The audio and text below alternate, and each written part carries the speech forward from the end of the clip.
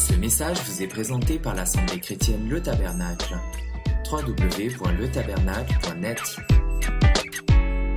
Il y a une question lancinante qui nous est posée. Cette question est la suivante: où nous passons l'éternité avec Dieu, ou nous passons l'éternité sans Dieu? Telle est la question. J'avais intitulé ce message, je l'ai intitulé « L'enfer, mythe ou réalité ». Est-ce un mythe ou une réalité? L'enfer existe-t-il? Est-ce qu'il existe un lieu où tous ceux et celles qui n'auront pas accepté le Seigneur Jésus seront jetés dans ce lieu? Est-ce que l'enfer, et nous reviendrons sur ce mot, dans Aux Surprises, je vous annonce qu'il n'est pas biblique du tout, car le mot enfer n'existe pas dans la Bible. On verra pourquoi nous le prononçons. Et je n'ai pas vu ce mot. Il y a d'autres mots qui sont donnés, mais ce mot enfer n'existe pas dans l'Écriture. Je vous mets au défi de trouver le mot enfer dans vos traductions. Et si il y est le mot, c'est une traduction, une interprétation du traducteur, mais ce n'est pas le mot qui est dans les Écritures. Nous verrons d'où vient cette notion d'enfer que nous partageons en disant ils iront en enfer.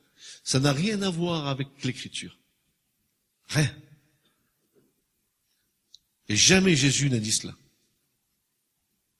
Donc nous avons un large débat sur ce sujet à avoir entre nous pour être bien au clair des choses concernant l'Écriture. Je commencerai par une déclaration du prophète Ésaïe, Ésaïe 24 et versets 19 à 20, qui va nous dire ceci. La terre, Ésaïe 24, versets 19 à 20, la terre est entièrement brisée, la terre se dissout, la terre est violemment remuée, la terre chancelle, elle chancelle comme un homme ivre, elle est ébranlée de ça et de là comme une cabane par la nuit, comme une cabane pour la nuit, pardon. Sa transgression pèse sur elle, elle tombera et ne se relèvera pas. Alors, c'est 600 ans avant le Christ. Isaïe prophétise cette chose. La transgression de la terre pèse sur elle, le poids de l'iniquité pèse sur la terre. Et le jugement de Dieu fera qu'elle tombera et ne se relèvera pas. Ce à quoi Dieu va répondre. Dieu va donner une réponse par la bouche même du prophète en disant, dans Ésaïe 45, versets 22 à 24, et nous voyons là la miséricorde de Dieu, la grâce de Dieu, un Dieu qui ne veut pas que l'homme ne se perde, mais que tous parviennent à la connaissance du Fils de Dieu, un Dieu qui ne veut pas que sa création périsse, mais un Dieu qui veut qu'elle vive, et qu'elle vive l'éternité avec lui. Voilà ce que Dieu va dire dans Ésaïe 45, versets 22 à 24.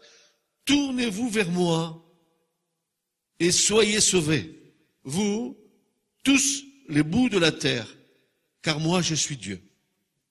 Et il n'y en a pas un autre. J'ai juré par moi-même, la parole est sortie de ma bouche en justice. » Et notez bien que la parole de Dieu est sortie de sa bouche en justice. Nous aurons à être confrontés tout à l'heure au niveau de cet enseignement à des doctrines dans le monde évangélique qui sont tellement tordues qu'on a perdu la notion de la justice de Dieu, et en séparant cette justice de son amour, alors que c'est inséparable, et en étant tombé dans des extrêmes par rapport à certaines doctrines. Je continue. La parole est sortie de ma bouche en justice et ne reviendra pas que devant moi, tout genou se pliera, par moi, toute langue jurera. En l'Éternel seul, dira-t-on, j'ai justice et force. C'est à lui qu'on viendra, et tous ceux qui s'irritent contre lui auront honte.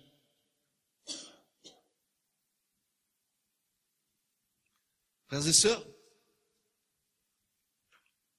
quand nous sommes le jour de notre naissance, quand nous sortons du sein de nos parents, de notre mère, jusqu'à ce que nous rendions le souffle à Dieu, et si vous avez remarqué, c'est que la première chose qu'un bébé fait sortant du sein de la mère, il va inspirer le souffle de vie, et c'est la première respiration, et quand nous remettons nos vies dans les mains du Seigneur à la mort, nous disons que nous expirons, nous rendons le souffle. La mort, le temps de la mort met un terme au temps de la grâce. Le Seigneur, depuis le moment où tu nais, jusqu'au moment où tu vas mourir, il va tout faire pour t'interpeller dans le courant de ta vie, pour se tourner vers toi. Pour que tu tournes vers lui et que lui se tourne vers toi. Recherchez-moi et je me laisserai trouver par vous. La mort met un terme au temps de la grâce. Une fois que tu es mort, il n'y a plus de possibilité de grâce. Ou tu passes ton éternité avec Dieu, ou tu passes ton éternité sans Dieu. Il n'est pas question qu'après ta mort, tu puisses, par miracle, te repentir à nouveau. Te repentir et dire à Dieu, ah oui, je me suis trompé, oh Dieu Tout-Puissant. Maintenant que je suis mort, je reconnais que tu es Dieu. Fais-moi rentrer dans ton royaume, ô grand Dieu. Ce n'est pas les morts qui te loueront, ce sont les vivants, dit l'Éternel. La mort met un terme au temps de la grâce. C'est pendant notre séjour terrestre que nous devons nous tourner vers Dieu. La fin d'une vie sans Dieu est sans retour. C'est fini. Si tu n'as pas voulu de Dieu pendant ta vie et que tu vas à la mort, c'est terminé pour toi. Tu iras dans le lieu auquel tu es destiné. Ah. Mais, cher pasteur, je crois que tu te trompes. Dieu est amour. Et parce qu'il est amour, il sauvera tous les hommes. Ça, c'est un courant doctrinal qui est dans le monde évangélique. Quelle horreur! Imagine que tu aies fait les 400 coups dans ta vie, que tu n'aies jamais voulu de Dieu, et que tu me dises, Dieu est amour, il me sauvera quand même. Alors je te répondrai, oui, tu dis une vérité, mais c'est ta vérité, c'est pas la réalité de la vérité. C'est que si Dieu est amour, alors explique-moi, viens m'expliquer, toi qui m'écoutes ce matin, pourquoi il a envoyé son fils mourir à la croix pour que tu sois sauvé. Cette doctrine de l'amour de Dieu qui, malgré toute ta vie complètement déglinguée, où tu pourrais ne pas vouloir de Dieu pendant toute ta vie, que tu te dises, mais parce que Dieu est amour, je serai quand même sauvé, est une doctrine de démon. Je répète, c'est une doctrine de démon. C'est une fausse doctrine. C'est une fausse espérance. C'est un moyen dont le diable voile les personnes. Oh, vous vous rappelez bien ce fameux chanteur si célèbre que M. Sarkozy a fait venir il y a quelque temps de ça pour chanter en France alors qu'il n'était pas revenu depuis des années parce que il avait fraudé le fisc, etc. C'est Michel Polnareff qui vit aux États-Unis et qui chantait une chanson tellement belle que tout le monde fredonne. Nous irons tous au paradis. Oh, oh, oh. Moi, je veux bien. Mais quand je verrai Dieu, je dirai Père Saint, toi, pourquoi tu as envoyé Jésus? Qu'est-ce que Jésus est venu faire sur la terre si ton amour sauve tous les hommes? Pourquoi il est mort à la croix? Pourquoi son sang a coulé? Fausse doctrine. Humanisme évangélique, religieux.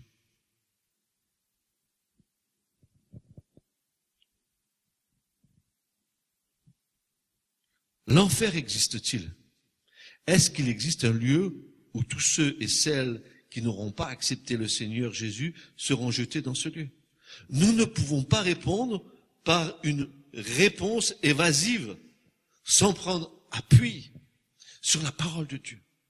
C'est une question vitale qui nécessite des réponses enracinées, fondées, établies sur la parole éternelle de Dieu. Nous allons passer en revue tous ces textes. Et on va le faire peut-être en 2 épisodes, parce que ça va être un peu long. C'est la première fois que je m'aventure dans cet enseignement. Mais je veux et je désire ce matin que vous soyez éclairés, que nous soyons éclairés. Nous devons laisser la Bible nous enseigner. Une première question s'impose à nous. Est-ce que le mot enfer est cité dans la Bible? Et la surprise, que ce soit dans l'Ancien ou dans le Nouveau Testament, nous le voyons apparaître nulle part. Le mot enfer n'existe pas dans la Bible en tant que mot. Par contre, plusieurs autres mots nous donneront un véritable éclairage sur cette grave question concernant l'éternité. Le mot enfer n'existe pas. Alors voyons maintenant d'où vient ce mot que nous prononçons dans notre langage chrétien et qui n'a rien de biblique. Il trouve sa racine dans le panthéon des faux dieux, de la mythologie, de la culture gréco-latine. Il est dans le langage courant car quand nous nous entretenons de l'enfer, tout le monde comprend ce mot. Parlez au monde, dites l'enfer, ils vont comprendre. Mais ce mot-là, vous savez d'où il vient?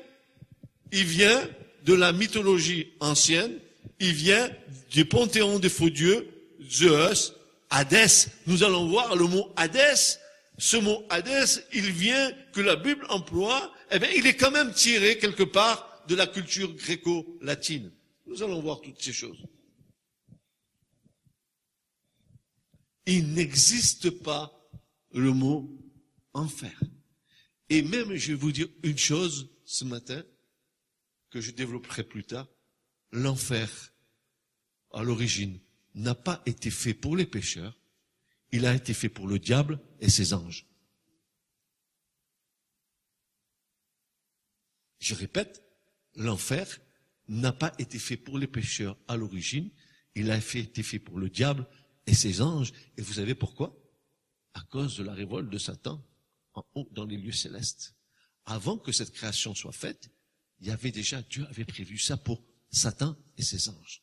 Donc l'enfer n'est pas quelque chose que Dieu avait prévu pour jeter les hommes dedans.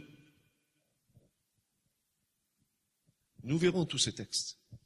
Je veux quand même déjà vous éclairer sur ce sujet qui est méconnu, qui est tordu, qui est mal interprété, parce que vous comprenez bien que ça va nous interroger sur des proches de nos vies, des membres de nos familles, des chrétiens, entre guillemets, point de suspension, avec un grand point d'interrogation. Toutes ces choses qui pourraient nous amener dans un certain lieu. Mais tu me diras, mais frère, je suis sauvé. Oui, tu es sauvé. Si du moins, tu persévères jusqu'au... Ah oui. Ne va pas faire référence parce que tu prononces le nom de Jésus et que parce que tu le prononces que tu es sauvé. Ça, c'est encore folklore évangélique. Il va falloir déblayer tout ça, hein. Il va falloir faire place nette de toutes ces espèces de mentalités religieuses évangéliques qu'on nous a mis dans la tête et qui ne sont pas réelles, qui n'ont aucune consistance biblique, qui sont le fruit d'enseignements humains, sentimentaux. Vous savez pourquoi on ne prêche pas ce sujet-là? Parce que les églises ont peur de prêcher ce sujet-là. Vous savez pourquoi elles ont peur? Elles ont peur que les brebis partent. Vaut mieux ne pas prêcher l'enfer. Vaut mieux ne pas prêcher la géhenne. Pourquoi? Parce que si tu commences à prêcher ça, les gens qui t'écoutent, s'ils vivent dans le désordre, s'ils vivent dans le péché, vous savez ce qu'ils vont faire? Ils vont partir.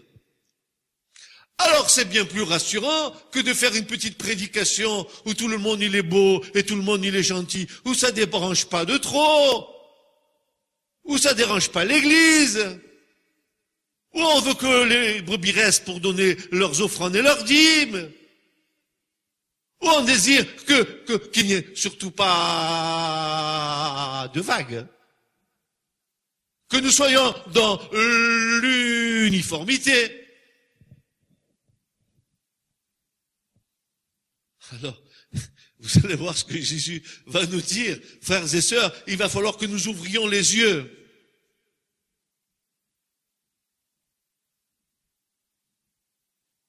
Alors, j'ai voulu savoir, n'est-ce pas, ce que le mot enfer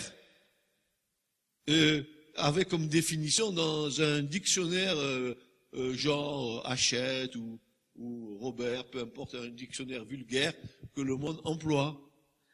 Alors voilà ce qu'ils nous disent. Lieu souterrain, séjour des âmes des morts dans la mythologie gréco-latine. 2 fleuves y sont nommés qui descendent vers les enfers, le Styx et l'Achéron. Mais la Bible ne nous dit pas ça. Permettez-moi de vous dire ce que dit la Bible au niveau de ces mots. Nous sommes confrontés à des mots comme la gêne du feu, comme le séjour des morts, comme le Shéol, comme l'étang de feu et de soufre, comme l'Hadès, comme l'Abaddon, comme l'Apollyon. Voilà des mots que la Bible emploie, mais pas le mot enfer. Ça n'existe pas. Je ne sais pas si tu as une concordance, vérifie, mais ça n'existe pas. Et s'il y a le mot enfer dedans, c'est faux. Ça n'existe pas. Ou on assimile, dans notre langage chrétien, la gêne du feu à l'enfer. Mais si tu prononces le mot enfer, ça n'a rien à voir avec l'étymologie du sens du mot géhenne. Rien à voir. Nous allons voir pourquoi. Alors nous allons nous pencher sur les Écritures et nous allons prendre la première déclaration de Jean le Baptiste quand il sort dans le désert. Jean-Baptiste, qui va commencer à prêcher son message à tout Israël. Alors on aurait cru que, au bout de 400 ans, que Israël n'avait pas entendu un prophète, que ce Jean-Baptiste serait venu pour dire « Oh Israël, reviens à ton Seigneur. Tu vas voir, si tu reviens au Seigneur, le Seigneur va te bénir. Viens, tu vas voir, tu vas retrouver ta paix, tu vas retrouver ce que tu avais perdu. » Non, voilà, quand Jean-Baptiste, il sort du désert, il va prêcher. Il va prêcher quoi?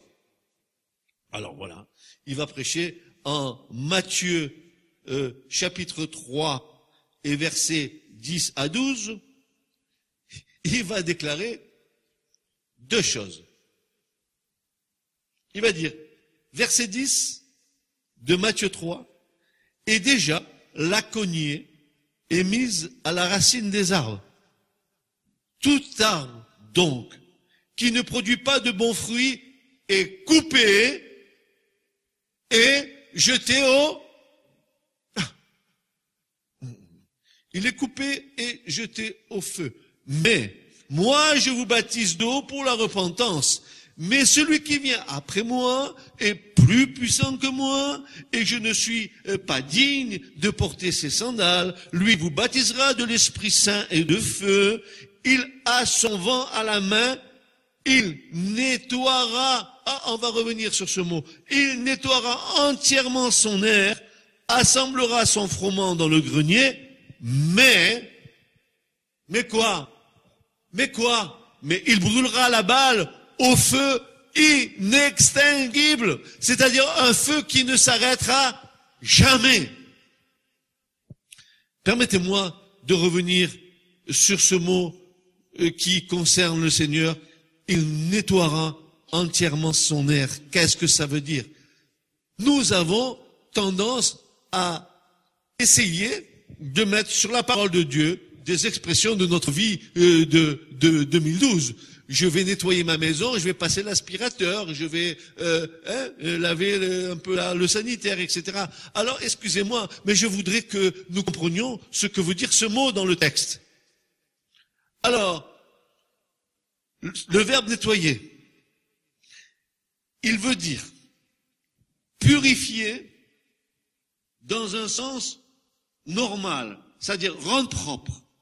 Il va purifier dans un sens qui est donc normal, il va le nettoyer, mais aussi dans un sens spirituel, il va purifier de la souillure du péché et des fautes, il va libérer de la culpabilité du péché, il va purifier, consacrer par purification, il va déclarer pur dans le sens lévitique. Voilà ce que veut dire ce mot. C'est plus déjà, on fait le ménage comme ça. C'est que ça a une incidence sur le plan spirituel. Quand il va nettoyer, c'est qu'il va consacrer la chose, qu'il va purifier, il va le déclarer pur dans un sens lévitique. Ça veut dire le sens de la consécration. Voilà donc une déclaration qui nous laisse percevoir comment le tri se fera. D'un côté, ceux qui seront engrangés dans le grenier, et puis les autres qui brûleront au feu inextinguible, c'est-à-dire un feu qui ne s'arrêtera jamais. Remarquons, l'arbre est coupé parce que sans bon fruit. Tu peux être soi-disant chrétien et ne pas porter de fruits dans ta vie. Sans bon fruit. Un bon fruit, c'est un fruit qui a du goût.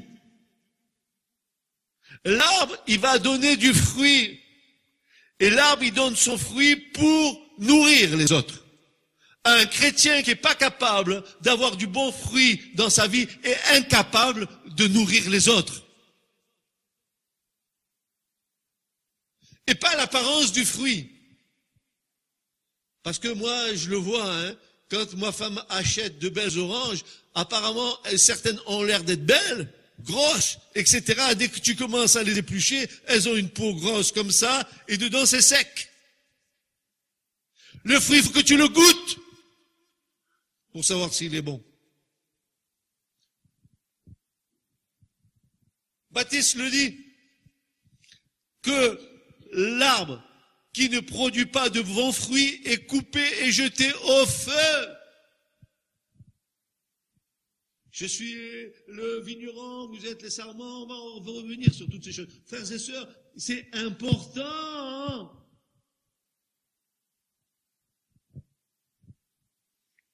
Cela veut dire qu'il pourrait y avoir des fruits, mais secs et sans saveur ni jus. Pas les fruits attendus de mon arbre. Il est stérile. Souvenez que Jésus, à un moment donné, il monte vers Jérusalem et puis il voit un figuier. Il n'y a pas de fruits. Qu'est-ce qu'il dit? Il le maudit. Attention.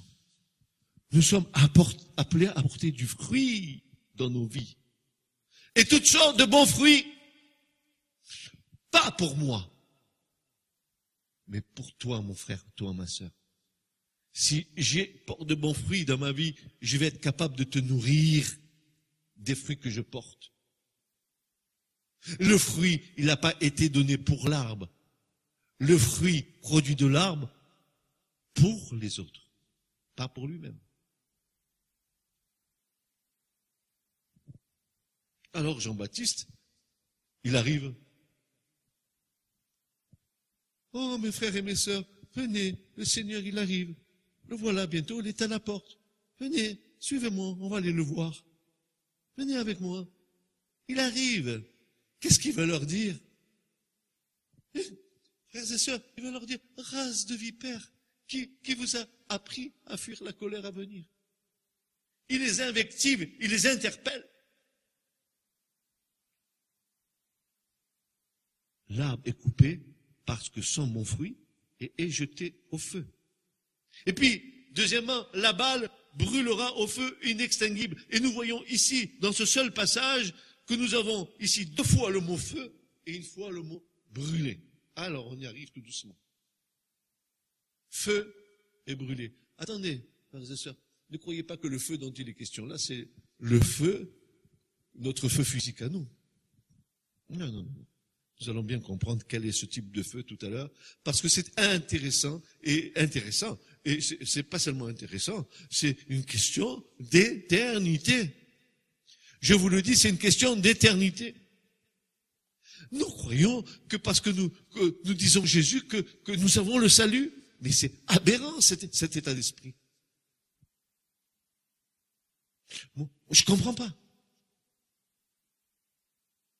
C'est pas tous qui disent Seigneur, Seigneur, qui rentreront dans le royaume de mon Père.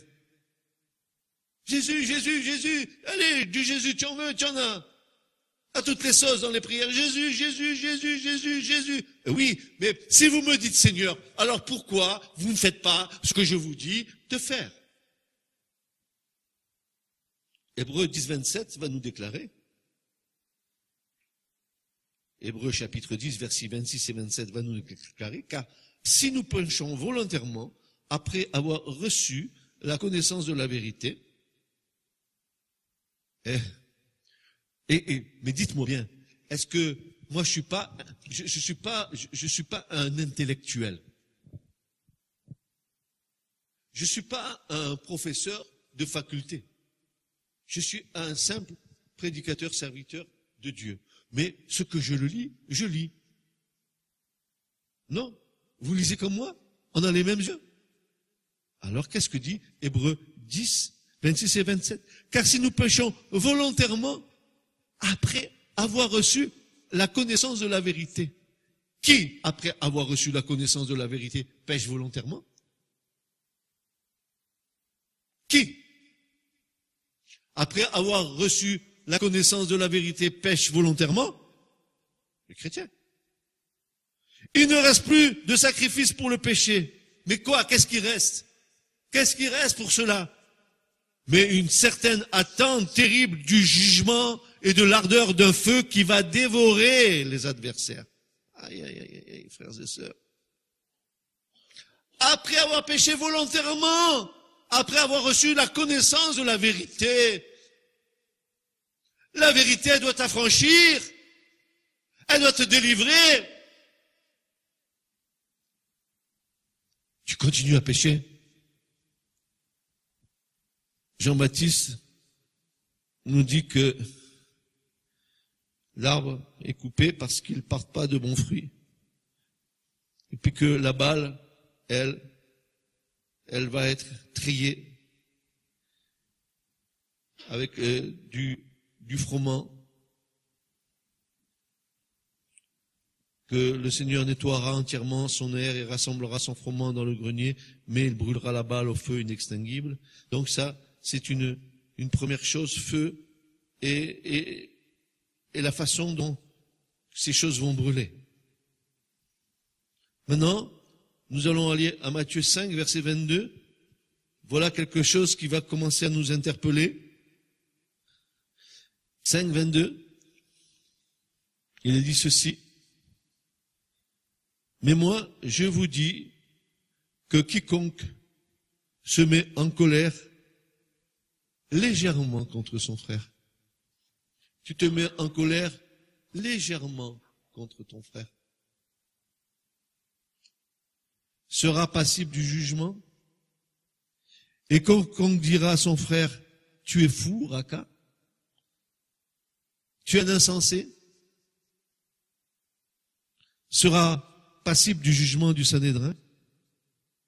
Et quiconque dira fou sera passible de la géhenne du feu. Qui prononce ces paroles? Qui prononce ces paroles? Jean-Baptiste ou le Seigneur Jésus? C'est bien le Seigneur Jésus qui les prononce, n'est-ce pas? Tu seras passible de la géhenne du feu. Et voici qu'apparaît ici, pour la première fois dans l'Écriture, dans le Nouveau Testament, ce que Jésus va appeler la géhenne du feu. Nous verrons pourquoi Jésus nomme ainsi ce lieu. Matthieu 5, verset 29, 30, un peu plus loin.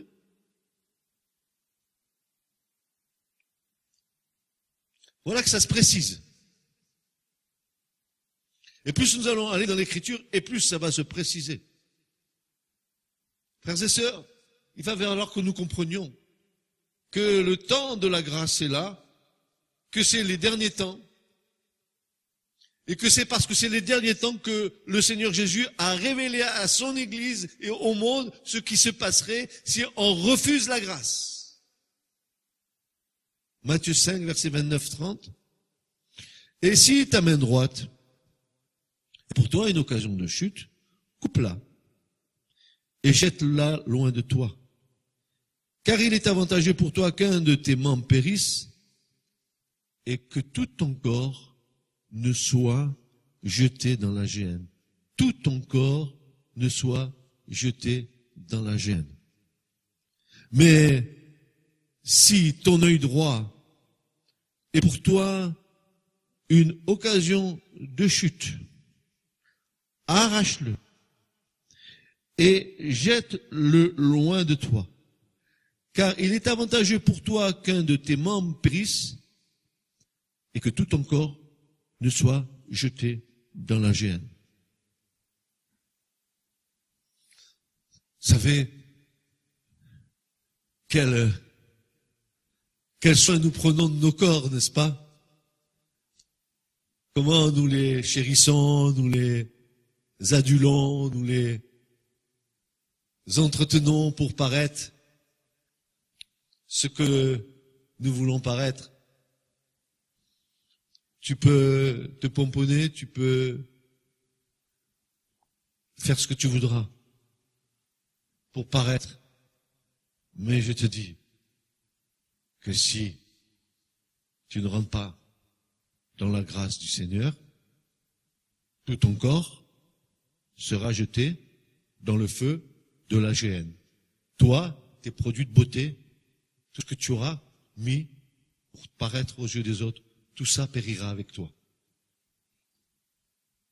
Il est question de tout le corps, dit Jésus. Seigneur, n'es-tu pas amour?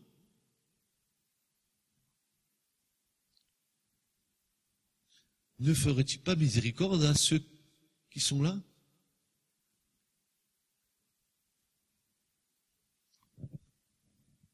Tu sais ce qui envoie les gens dans la géhenne du feu? Tu crois que c'est leur péché? C'est pas les péchés qui t'envoient dans la géhenne du feu. Tu sais ce qui t'envoie dans la géhenne du feu? C'est le refus de la grâce. C'est le refus que tu as eu quand Dieu en Christ t'a tendu la main et que tu as refusé. Alors maintenant, oui, tes péchés vont t'envoyer là-bas. Mais si tu t'étais tourné vers le Seigneur, tu aurais été mis au bénéfice du sang de Jésus de la croix et ton péché ne t'aurait pas amené là-bas. Aller dans la géhenne du feu, c'est refuser la main tendue du Seigneur pendant ton temps terrestre pour t'éviter d'aller dans la destruction finale. Faut arrêter de dire aux gens, c'est parce que tu pêches que tu vas en enfer. C'est une des conséquences. Mais c'est le refus de la grâce, c'est le refus de l'œuvre de la croix qui les envoie là-bas. Car Dieu a tant aimé le monde qu'il a donné son Fils unique, afin que quiconque croit en lui ne périsse point. Frères et sœurs, c'est pas périr comme nous le pensons, le mot nous les allons le voir plus tard, c'est afin qu'ils ne soient pas détruits. Destruction de l'homme. C'est pas périr à la manière de l'homme, c'est une destruction totale de l'individu. Nous constatons ici l'association du mot géhenne avec le mot feu. Ils vont ensemble. Nous devons signaler que le mot qui apparaît le plus fréquemment dans le Nouveau Testament ainsi que dans le livre du prophète Ésaïe, c'est le mot feu. Israël savait ce qu'était la géhenne. La géhenne, c'était un endroit qui se situait près de Jérusalem. C'était un lieu. C'était un lieu qui était dans la vallée de Hinnon, d'où Gehinnon, d'où Géhenne. C'est un lieu où les carcasses d'animaux étaient jetées et brûlées. Et par la suite, toutes les immondices des ordures de la ville de Jérusalem étaient jetées là et brûlées là constamment, car le feu alimentait constamment ce lieu pour détruire tout ce qui était jeté dedans. Ainsi, la géhenne est comparée à cela. Et nous allons voir pourquoi. Un symbole convenant aux méchants et à leur destruction finale. Quelle était la raison de brûler les ordures à cet endroit? Pourquoi on les brûlait là? Car dans les temps anciens, dans cette vallée, les peuples païens, et particulièrement le peuple armoréen, c'est-à-dire l'ensemble des peuples que l'on nomme cananéens, se livraient au culte des faux dieux là. Et l'on sacrifiait dans ce lieu des hommes et des femmes et des enfants en les offrant au dieu Moloch. Pas seulement ces nations-là, mais aussi certains rois d'Israël qui étaient tombés dans l'idolâtrie, offrant des sacrifices humains et parfois leurs propres enfants. C'est chargé de symbolisme. Et en brûlant les ordures là et en jetant tous les détritus là, ça empêchait de refaire un lieu de culte pour les idoles. Imaginez un lieu de culte pour les idoles à côté du temple qui était à Jérusalem, très proche. C'est le roi Josias qui s'éleva au nom de l'Éternel pour détruire tous ces lieux abominables, tous ces cultes aux faux dieux, qui profanera ces autels. Vous trouverez ça dans 2 Rois 13, 16. Alors l'habitude sera prise par le peuple d'Israël d'appeler ce lieu-là la géhenne. Et lorsque Jésus parlera de ce lieu, en sachant que dans une telle décharge, il se trouve un feu continuel pour brûler les résidus, le peuple rassemblé autour de lui comprenait aisément lorsque Jésus leur disait qu'il valait mieux entrer, estropié, ou que d'avoir ses 2 mains ou ses 2 pieds et être jeté dans le feu éternel, ou d'avoir le corps et l'âme détruits dans le feu de la géhenne, parce qu'il savait très très bien ce que était la géhenne. Il savait que c'était un endroit où il y avait un feu éternel qui brûlait. Et Jésus a dit, voyez, si vous faites comme cela, vous serez comme dans ce lieu, dans un feu éternel. Ce qu'on appelle la géhenne du feu.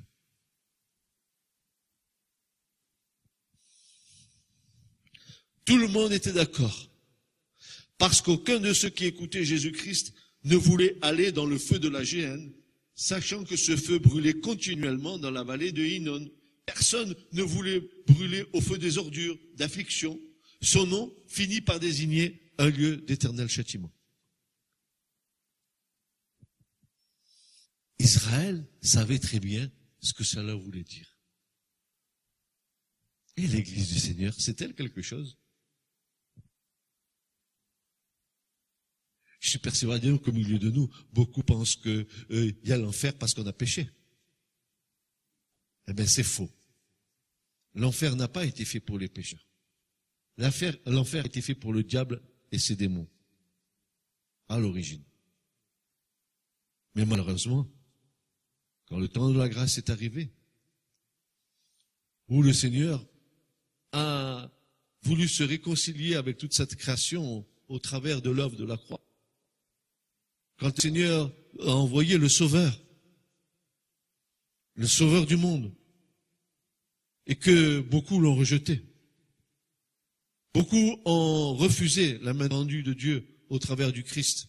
Et encore aujourd'hui, dans nos familles, il y a des gens qui refusent la main tendue de Dieu. C'est pas parce que vous venez à l'église ou que tu viendras à l'église que tu seras sauvé et que tu éviteras la géhenne. Pour éviter la géhenne, il faut accepter la main tendue de Dieu au travers du Christ à la croix.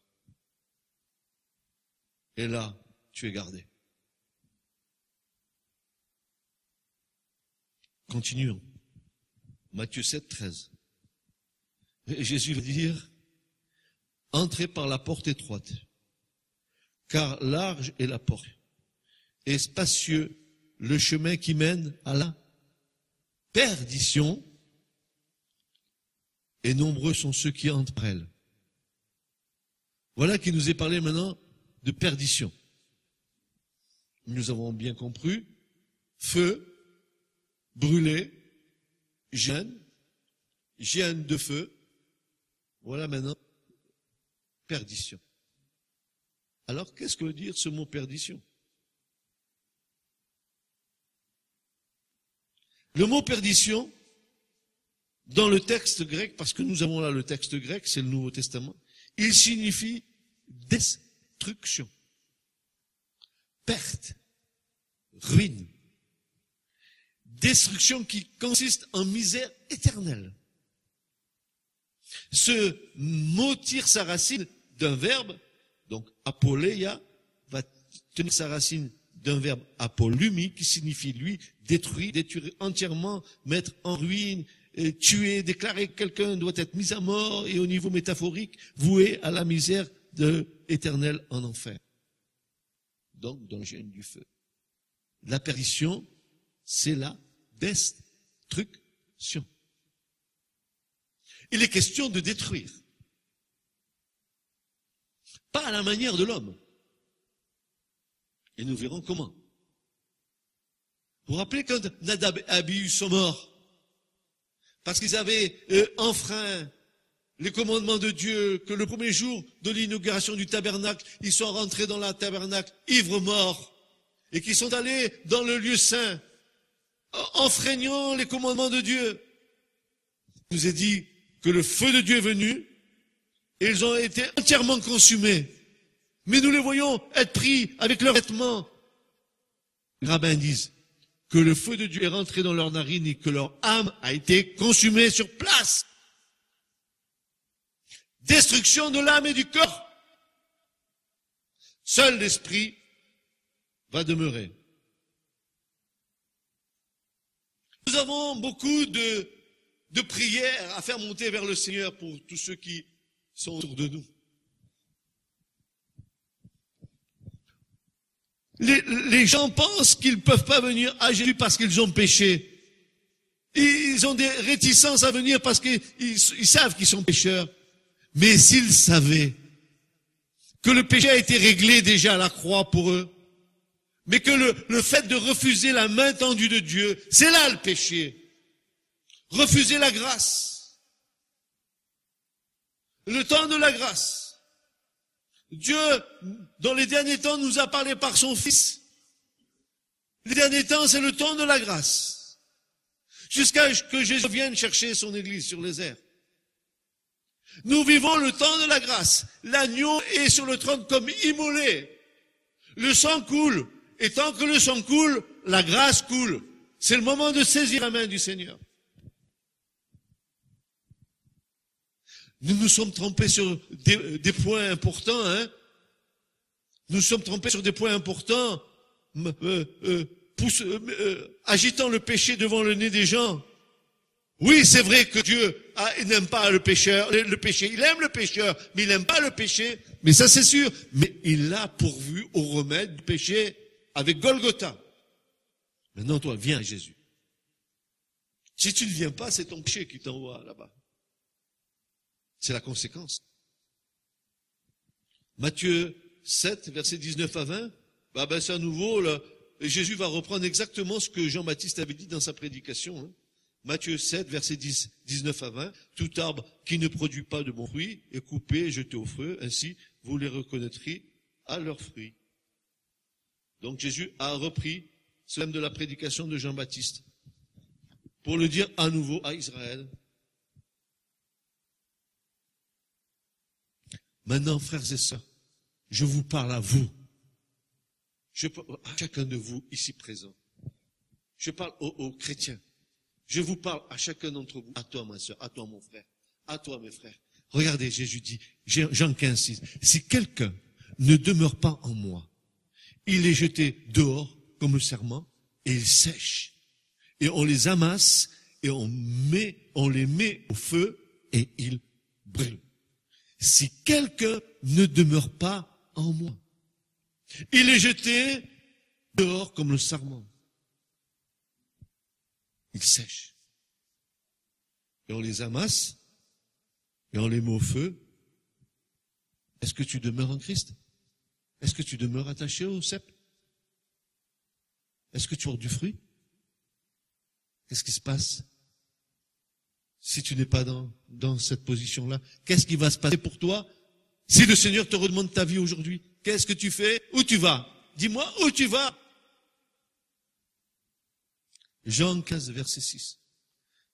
Si quelqu'un ne demeure pas en moi, il est jeté dehors comme le sarment, il sèche.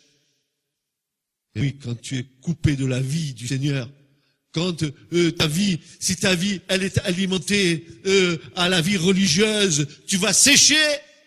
Mais si tu es alimenté par la vie de l'Esprit, tu vas porter du fruit à la gloire du Seigneur.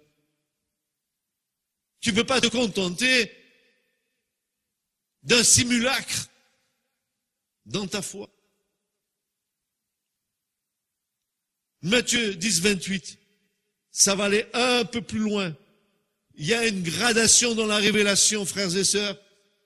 Et c'est ce que ça m'a sauté aux yeux quand j'ai commencé à regarder ce sujet de près. J'ai dit, mais il faut que j'aille jusqu'au bout pour voir un peu ce qui va arriver. Regardez, Matthieu 10, verset 28. Ne craignez pas ceux qui tuent le corps et qui ne peuvent pas tuer l'âme, mais craignez plutôt celui qui peut détruire l'âme et le corps dans la géhenne. Ah voilà, maintenant, il est parlé de corps et d'âme. Dans la géhenne, dans le feu. dans un feu inextinguible, un feu qui va jamais s'arrêter, un feu à la même manière, frères et sœurs, que Moïse a vu sur la montagne sainte, dans le bruissant ardent, un feu qui était là et qui ne se consumait pas un feu physique à la manière de cette terre, un feu qui vient d'en haut, qui va brûler, pas comme le feu de la terre. Père, donne-nous d'annoncer ce message pour que plusieurs se tournent vers toi. Mais craignez plutôt celui qui détruit et l'âme et le corps dans la géhenne. Mais Dieu est amour. Il ne peut pas avoir de géhenne.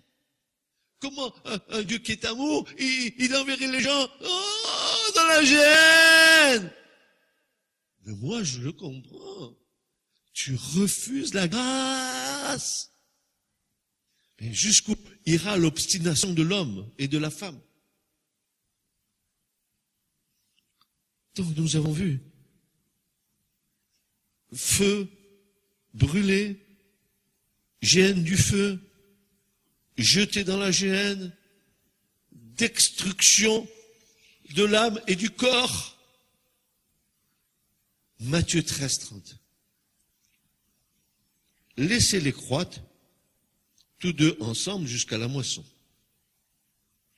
Et au temps de la moisson, je dirai au moissonneur, cueillez premièrement l'ivrée, liez-la en botte pour la brûler, mais assemblez le froment dans mon grenier. Qui est livré? Que dit l'Écriture? Les fils de qui? Du méchant. Et Seigneur, moi, je ne suis pas un méchant, moi.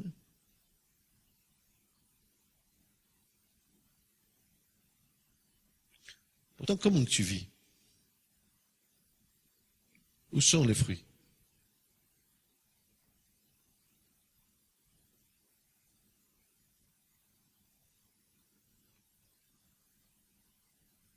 Donc, il y a le tri.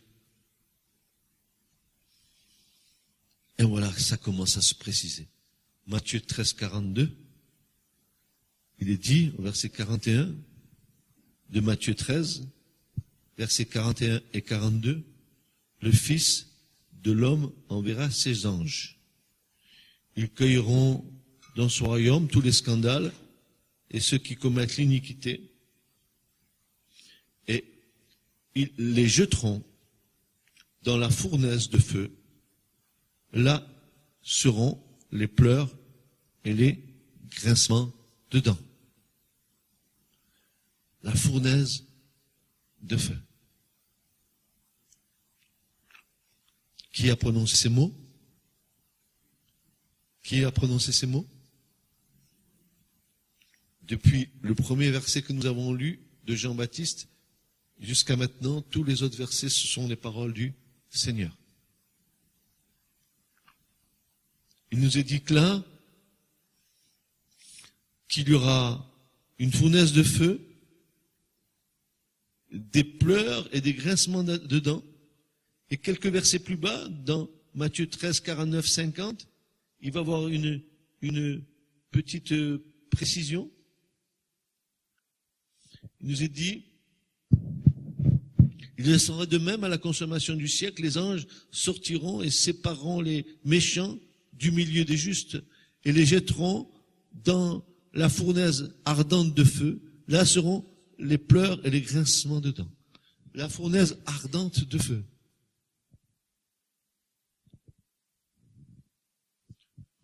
Un feu qui ne s'éteindra jamais.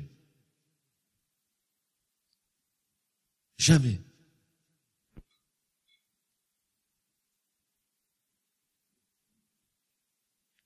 Donc, il y a une fournaise ardente. Ils seront jetés dans cette fournaise ardente. Qui? Les méchants des justes. Mais là seront les pleurs et des grincements de dents. Frères et sœurs, s'il y a des pleurs et des grincements de dents, et s'il y a la destruction du corps et de l'âme, qui c'est qui va pleurer? Et ce sont les esprits, n'est-ce pas? Puisque le corps et l'âme est détruit, qui va se plaindre pour l'éternité? Dieu perd des esprits sur toute chair. L'esprit des justes, il nous est dit quelque part, et l'esprit des méchants. Qui est méchant et qui est juste? Matthieu 18, versets 8 à 9. Il nous est dit, à partir du verset 8, « Et si ta main ou ton pied est pour toi une occasion de chute, coupe-les et jette-les loin de toi. Il vaut mieux pour toi d'entrer dans la vie boiteux ou estropié que d'avoir 2 mains ou 2 pieds et d'être jeté dans le feu éternel.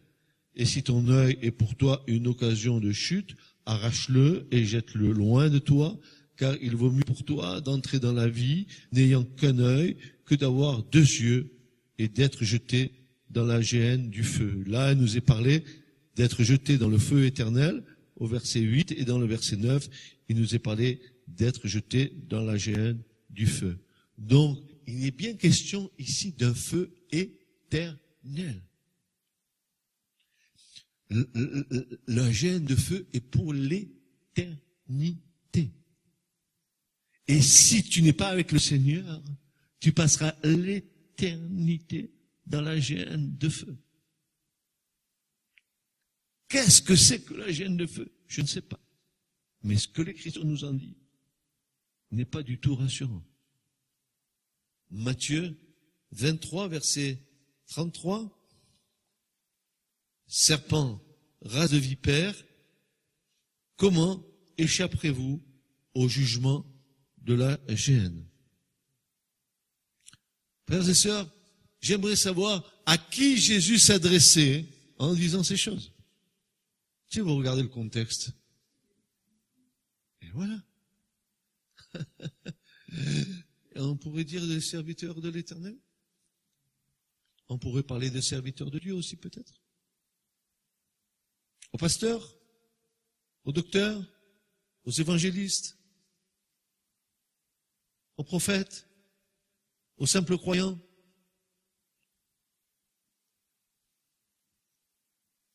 Hypocrite, hypocritesse, comédien, menteur, comédien, jouez la comédie.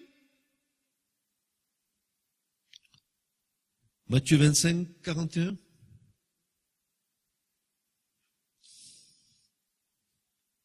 Alors il dira aussi à ceux qui seront à sa gauche, allez-vous-en loin de moi, maudits. Et regardez bien, c'est là où nous avons la clé dans le feu éternel qui est préparé pour le diable et pour ses anges. Je vous dis qu'à l'origine, ce lieu de géhenne de feu n'était pas pour l'homme.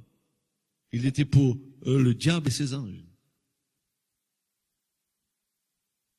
Et nous le verrons dans l'Apocalypse, qu'à un moment donné, ils seront jetés dans les temps de feu et de soufre.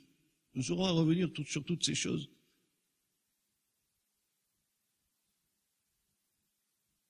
Le mot maudit employé ici, c'est comme le figuier qui ne portait aucun fruit. Il fut maudit par Jésus. Marc 11, 21, Pierre, se ressouvenant de ce qui s'était passé, lui dit, Rabbi, voici le figuier que tu as maudit est sec. Pour conclure ce chapitre, nous nous apercevons que Jésus a beaucoup parlé de la géhenne et n'a cessé de mettre en garde les gens de sa génération. Frères et sœurs, je n'ai parlé ici que de l'évangile de Matthieu, n'est-ce pas? Sachez que Marc, Luc parlent autant de cela. Donc, unanimement, les évangélistes, les 4 évangiles vont en parler. Un peu moins Jean, mais un peu plus les 3 autres. Et que nous sommes vraiment enseignés amplement à ce sujet. Et nous n'avons vu ici que le Nouveau Testament. Et que Jésus, maintenant, nous pouvons nous dire, mais si Jésus nous a annoncé ces choses, qu'est-ce que les apôtres nous en ont enseigné de ces choses? C'est maintenant la question qu'il faut se poser. Ils ont reçu l'enseignement du Seigneur concernant la géhenne de feu, mais qu'est-ce que les apôtres ont dit dans leurs épîtres pour que nous soyons à nouveau enseignés par eux de ce que Jésus avait déjà dit? Nous allons le voir. Il faut que nous le voyions. Qu'a dit Pierre? Qu'a dit Paul concernant cette géhenne de feu? Comment il nous a parlé de ce jugement-là? Apocalypse, on va commencer par là. Apocalypse, chapitre 14, versets 9 à 11. Et là, on commence à avoir certaines précisions. Frères et sœurs, l'écriture est belle. L'écriture ne nous laisse pas dans le doute. L'écriture nous enseigne ce qu'est la vérité. Et c'est pour cela que nous devons aller jusqu'au bout de la manière dont nous sondons les Écritures. Nous ne pouvons pas nous contenter d'un verset. Il nous faut saisir la somme des versets pour bien comprendre ce que c'est que ce lieu-là. Regardez ce qu'il est dit. Apocalypse 14, versets 9 à 11. Il est dit, et un troisième ange, suivit cela, disant à haute voix, si quelqu'un rend hommage à la bête et à son image, et qu'il reçoive une marque sur son front ou sur sa main, lui aussi boira du vin de la fureur de Dieu, versé sans mélange dans la coupe de sa colère. Il sera tourmenté dans le feu et le soufre. Voilà un autre élément qui est ajouté au feu, le soufre. Il sera tourmenté dans le feu et le soufre devant les saints anges et devant l'agneau. Et regardez bien, et entendez bien, et la fumée de leur tourment monte au siècle des siècles. Ils n'ont aucun repos, ni jour, ni nuit. Ceux qui rendent hommage à la bête et à son image, et si quelqu'un prend la marque de son nom. Tous ceux qui appartiennent à l'ennemi. Ils sont tombés dans le feu et le soufre devant les saints anges et devant l'agneau. Et la fumée de leur tourment monte au siècle des siècles. Pour l'éternité, ils n'ont aucun repos. Aucun repos. Le seul vrai repos le trouve en Christ. Ou tu passes l'éternité dans le repos du Christ et du Seigneur, ou tu vas aller dans les tourments éternels où tu n'auras aucun repos, destruction du corps et de l'âme. Et vous verrez que au fur et à mesure que nous allons avancer, nous allons comprendre ce qui se passe dans ce lieu. Mais je voudrais que nous sortions le dimanche prochain bien éclairés par ce sujet-là. Parce que mon frère, ma sœur, tu sais ce qui va se passer. Tu vas être pressé d'aller vers les autres pour leur dire attention, attention, attention.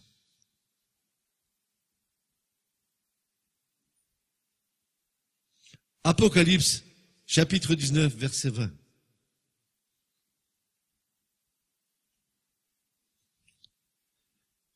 Et la bête fut prise, et le faux prophète qui était avec elle, qui avait fait devant elle les miracles, par lesquels il avait séduit ceux qui recevaient la marque de la bête, et ceux qui rendaient hommage à son image, ils furent tous deux jetés vifs dans l'étang de feu embrasé par le soufre. Nous allons revenir à toutes ces choses. Ils furent tous deux jetés vifs dans l'étang de feu embrasé par le soufre. Nous retrouvons ici les mêmes expressions que dans la citation précédente, feu et soufre. Une précision nous est donnée, un étang de feu embrasé par le soufre. Vous savez pourquoi le soufre? Parce que le soufre est un élément qui a une combustion très, très, très lente. Et c'est lui qui entretient le feu. On va voir pourquoi. On va voir pourquoi. Parce que il y a un exemple comme ça en Israël, près de la mer Morte, où il y a des feux qui brûlent depuis des siècles et des siècles, depuis le Sodome et Gomorrhe, depuis le jugement qu'il y a eu. Il y a des sources qui sortent avec du feu continuellement et ça s'éteint jamais parce que c'est plein de soufre et que le soufre il a une combustion très très très lente et c'est entretenu et c'est cette image-là qui est donnée.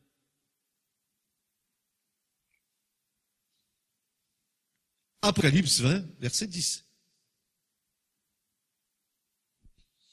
Le diable qui les avait égarés fut jeté dans l'étang de feu et de soufre, où sont la bête et le faux prophète. Imaginez, frères et sœurs, que c'est pour l'éternité. Et vous savez pourquoi c'est pour l'éternité? Parce que la bête et le faux prophète, ils ont été jetés 1000 ans avant que le diable et ses anges soient jetés après. Ça veut dire que ça fait déjà depuis 1000 ans qu'ils sont dedans. Nous voyons bien que ça, c'est pour l'éternité.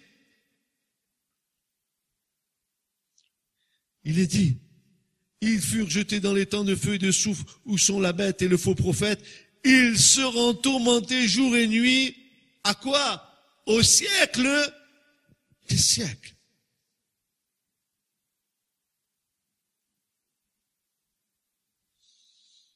Souvenez de Jésus, ce que Jésus disait. Il disait, mais sauvez-vous de cette génération tortue et perverse. Sauvez-vous. Sauvez-vous. Venez à moi. Jésus savait ce qu'il disait. Il n'y a point d'autre salut qu'en lui. Il n'y a pas d'autre nom qui a été donné sur la terre et dans les cieux par lequel nous devons être sauvés. Jésus est le sauveur. C'est la grâce personnifiée. C'est l'amour de Dieu manifesté. C'est la main tendue à l'homme. C'est l'amour et la compassion et la pitié divine sur l'homme.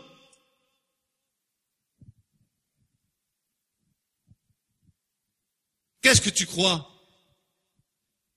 C'est parce que tu joues à la guitare, ou parce que tu chantes, ou parce que tu dis Jésus que tu es sauvé? Mais tu te trompes. Tu te trompes vraiment.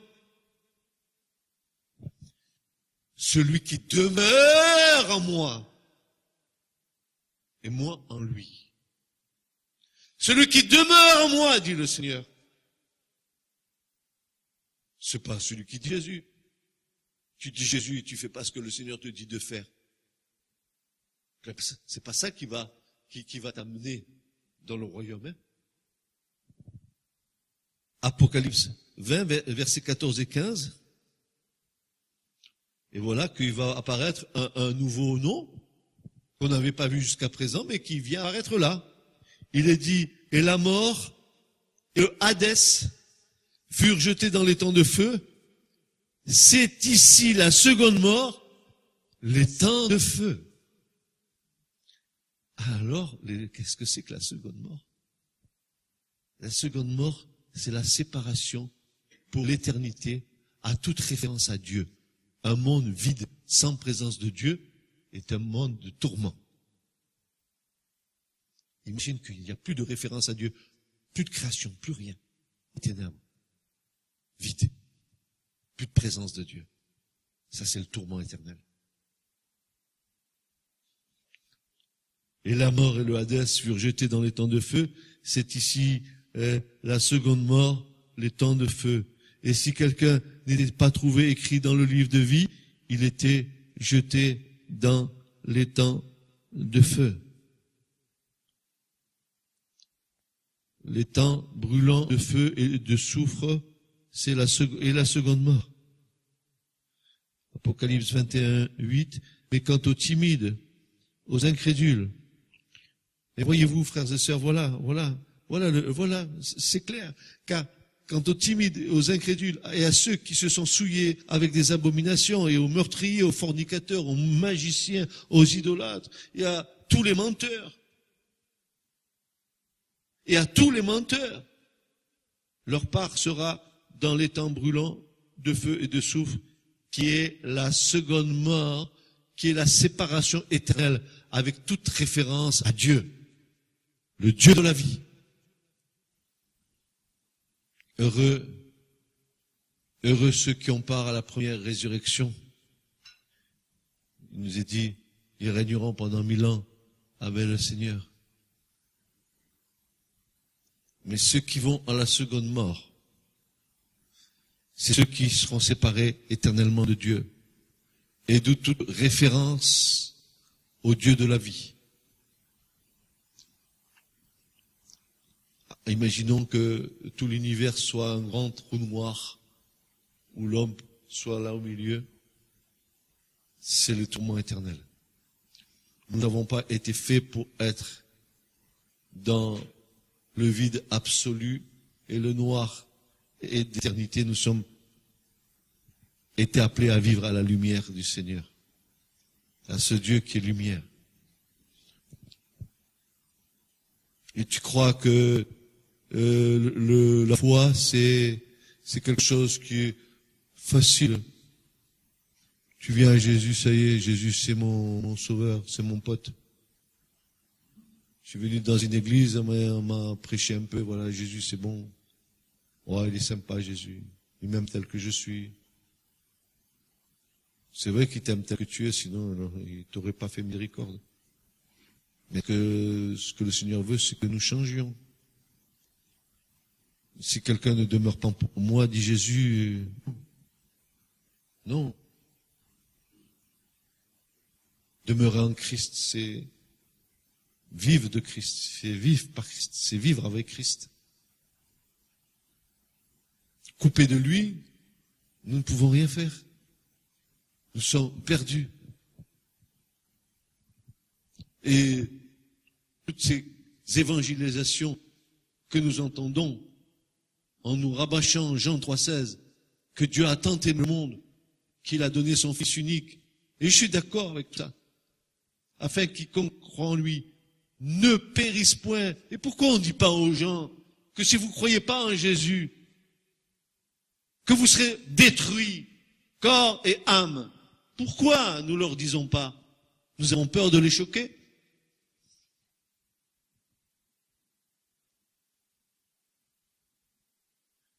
Il est question pour eux de vie éternelle. Il est question aussi de séparation éternelle. Il n'est pas question de dire parce que je lui ai parlé, qu'elle a entendu ce que je lui ai dit, que elle adhère, ça adhère, oui, ça adhère, il y a une colle comme ça qui, oui, ça adhère. Mais c'est pas de l'adhérence à ce que tu dis que le Seigneur veut. C'est que tu sois attaché à lui, en conformité avec sa mort et sa résurrection, que tu fasses une seule plante avec lui. C'est ce que Dieu veut, en Christ. C'est pas que tu adhères à ce que je te dis, ou ce que tu peux dire à quelqu'un. Oh, je crois, il est converti. Où sont les fruits? Parce que s'il n'y a pas de bons fruits, c'est coupé et c'est jeté au feu. Il n'est pas question de sentiments, il n'est pas question de liens familiaux, il est question ou de salut éternel ou de mort éternelle. Tu t'amuses pas avec ça. Tu te trompes pas avec tes sentiments en disant « Oh, il est comme ça, mon fils, ma fille, elle est comme ça, je lui ai parlé jusqu'à elle est convertie. » Quoi? Où sont les fruits? Où est l'amour de l'Église? Où est la place dans l'Église du Seigneur? Où est l'amour de ton frère, de ta sœur? Comment tu peux dire aimer Dieu si tu aimes aucun chrétien ou aucun enfant de Dieu? Comment tu racontes tes histoires-là? Tu t'arranges avec toutes ces choses-là? C'est la seconde mort. Leur part sera dans les temps brûlants de feu et de soufre, qui est la seconde mort. Maintenant, nous devons tenter d'expliquer la symbolique ou la réalité des temps de feu et de soufre. Il nous faut descendre vers la mer morte. Étrange similitude comme image. Nous descendons vers la mer morte, où nous trouvons des sources sulfureuses et un autre élément, le bitume. La Bible rend témoignage qu'il y avait à cet endroit des feux qui s'entretenaient tout seuls. Le soufre ayant une combustion très lente, le feu ne s'éteignait jamais. Donc deux images nous sont proposées concernant ce lieu. La décharge publique où l'on brûle les ordures et ce phénomène naturel près de la mer morte où ces feux sont entenus par le soufre et le bitume. Frères et sœurs, moi, ce matin, je n'ai pas fini. Dimanche prochain, on continue. Mais je veux vous dire une chose. Arrêtez et arrêtons avec notre sentimentalisme religieux. Il n'est plus question de sentiments, il n'est plus question de liens familiaux, il est question ou de salut éternel ou de séparation éternelle avec Dieu. Il n'est pas question, et mon fils il est comme ça, et à un moment donné il a rencontré Dieu, il a parlé en langue, il a fait ci, il a fait ça, il a fait l'autre, ma fille elle a fait ci, elle a fait là, elle a fait l'autre. Il est question où tu appartiens à Jésus, tu n'appartiens pas au Seigneur. Il n'est pas question ce que tu as manifesté.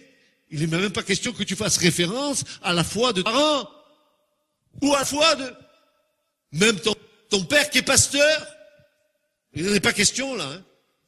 Il est question de ta vie personnelle. Ou tu meurs, ou tu vis. Et je vous avertis ce matin, vous êtes plusieurs ici, je vous avertis, faites attention. Hein. Il y a un passage de l'Écriture qui nous dit, on ne se pas de Dieu, que l'homme a semé, aussi il le récoltera. Voilà, je vous le dis, comme ça c'est bien clair entre nous. Faites attention et faisons attention de ne pas nous moquer de Dieu. Parce qu'après avoir entendu ce début de message, moi je ne crois pas qu'on doit prendre les choses à la légère, mais au contraire, rentrer en nous-mêmes et nous examiner. Revenons au Seigneur. Pas dire revenez à l'église, voir le pasteur comme il est beau, comme il prêche bien. Je dis revenez au Seigneur.